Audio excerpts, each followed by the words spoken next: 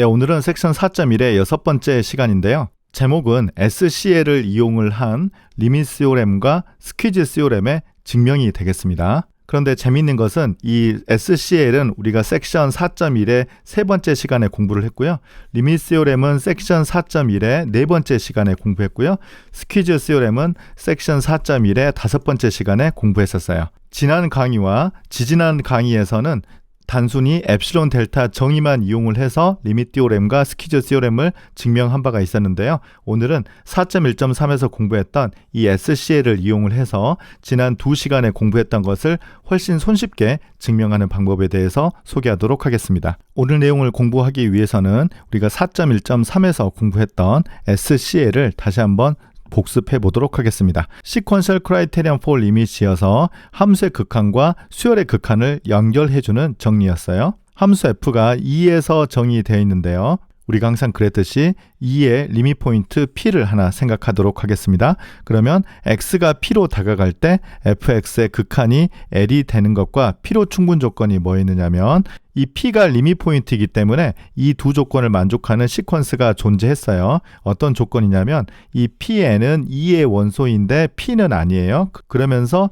pn은 p로 수렴하는 이런 시퀀스의 존재성은 리밋 포인트로부터 설명할 수 있었습니다. 그런데 이제 이 시퀀스는 하나가 아니에요. 무한히 많을 수 있습니다. 어쨌든 이 두 조건을 만족하는 모든 시퀀스에 대해서 fpn을 계산했더니 원래 fx는 함수지만 fpn은 n에 관한 시퀀스가 되는 거죠. 이 시퀀스가 n이 무한대로 갈 때 l로 수렴하는 것과 필요 충분 조건이라고 공부를 했습니다. 그래서 위에서 설명한 것처럼 p가 2의 리밋 포인트이기 때문에 1번, 2번을 만족하는 이 시퀀스의 존재성은 보장받을 수 있는 겁니다.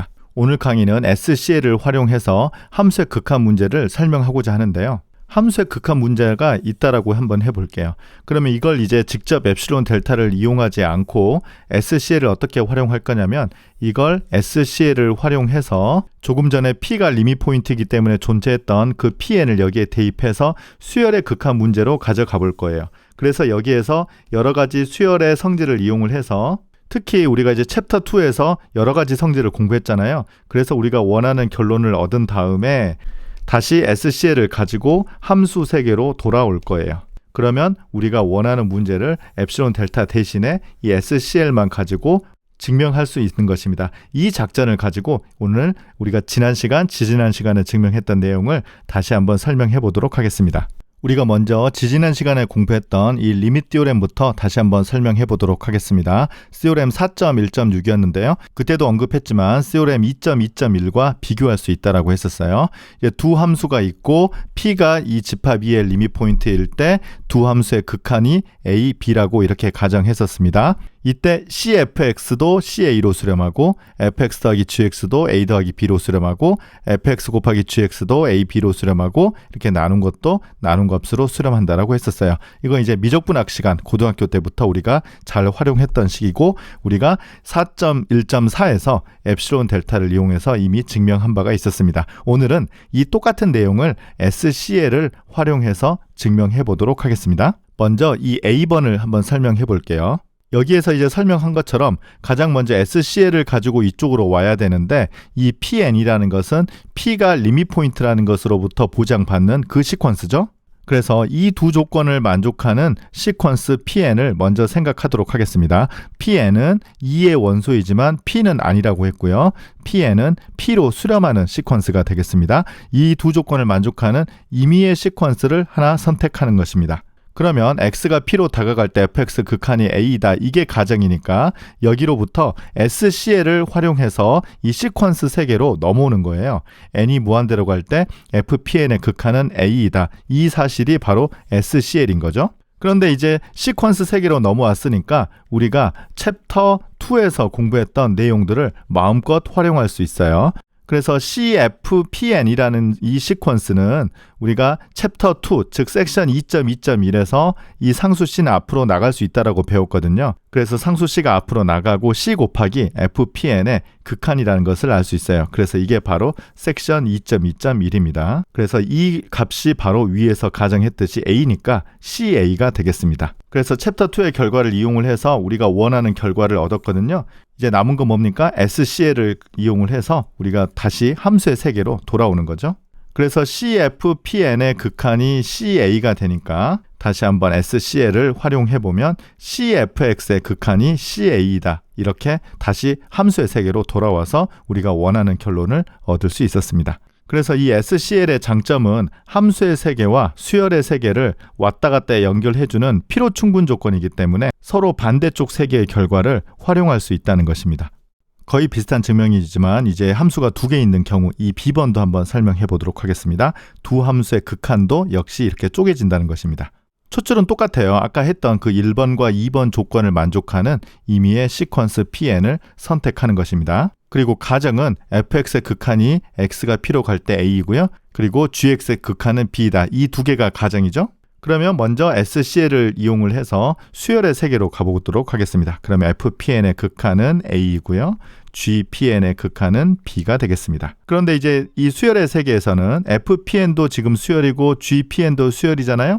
이 두 개 합은 이렇게 쪼개진다라고 우리가 시오렘 2.2.1에서 증명을 했어요. 그래서 요거는 이 관계식으로부터 나오는 거예요. 그래서 FPN의 극한 더하기 GPN의 극한입니다. 그런데 이제 바로 위에서 이 값은 A라고 했고 이 값은 B라고 했잖아요. 그래서 FPN 더하기 GPN의 극한이 A 더하기 B니까 다시 SCL을 활용해서 함수 세계로 돌아올 수 있죠. 그래서 X가 P로 다가갈 때 fx 더하기 gx의 극한은 A 더하기 B이다. 이렇게 결론을 내리면 증명이 끝납니다. 아까 앞선 증명과 거의 비슷해요. 그래서 C번, D번 역시 이 작업으로 똑같이 증명할 수 있으니까요. 각자 복습할 때 꼭 해보기 바랍니다. 이번에는 이제 지난 시간에 공부했던 스퀴즈 시오렘도 역시 SCL을 이용해서 설명해 보도록 하겠습니다. 지난 시간에 정리 두 개를 공부했는데요. 둘 중에 하나만 설명해 볼게요. 4.1.8입니다. 두 함수가 있는데 하나는 바운디드인데 하나는 극한이 0이라고 했어요. 이때 두 개를 곱한 것에 극한이 역시 존재하고 극한값은 0이다. 이 사실을 증명했었는데요. SCL을 이용을 해서 다시 한번 설명해 보도록 하겠습니다. 첫 줄은 똑같습니다. 그 SCL의 조건 두 개를 만족하는 시퀀스 PN을 선택하자. 조건이 두 개였죠? G가 bounded on 2가 있었고요. X가 P로 갈 때 fx는 0이다. 이렇게 이제 두 개였어요. 이걸 이제 우리가 시퀀스 세계로 보내는 거예요. 여기 있는 PN을 여기다 대입하더라도 GPN이 항상 bounded이다. 이렇게 생각할 수 있고요. 그 다음에 이걸로부터 SCL을 활용하는 거죠. n이 무한대로 갈 때 FPN은 0으로 갑니다. 그러면 이 시퀀스는 bounded, 이 시퀀스는 0으로 수렴하니까요. 두 개를 곱한 거 역시 n이 무한대로 갈 때 0으로 수렴한다. 이건 이제 시오렘 2.2.3입니다. 그래서 다시 SCL을 활용해서 우리 함수 세계로 돌아와 보면 fx 곱하기 gx의 극한이 0임을 결론 내릴 수 있겠습니다. 마지막으로 스퀴즈 시오렘인데요. 세 함수가 있을 때 이 조건을 만족하고 끝에 두 개의 극한이 L로 같은 값으로 수렴하면 우리가 가운데 있는 값도 수렴하고 수렴값이 1이다. 그 사실인데요. 이건 제가 해보지 않겠습니다. 앞서 했던 SCL을 활용해서 거의 비슷하게 증명할 수 있습니다. 자, 그래서 우리가 지난 두 강의에서 엡실론 델타를 이용해서 증명했던 것을 오늘은 SCL을 활용해서 훨씬 수월하게 증명했습니다. 물론 엡실론 델타를 활용한 증명법과 오늘 했던 SCL을 활용한 증명법 둘 다 익숙하게 공부를 해야 될 것 같고요. 특히 SCL을 활용을 하면 함수의 극한과 수열의 극한이 비슷한 것에 대한 궁금증이 해결됐을 거라고 생각합니다.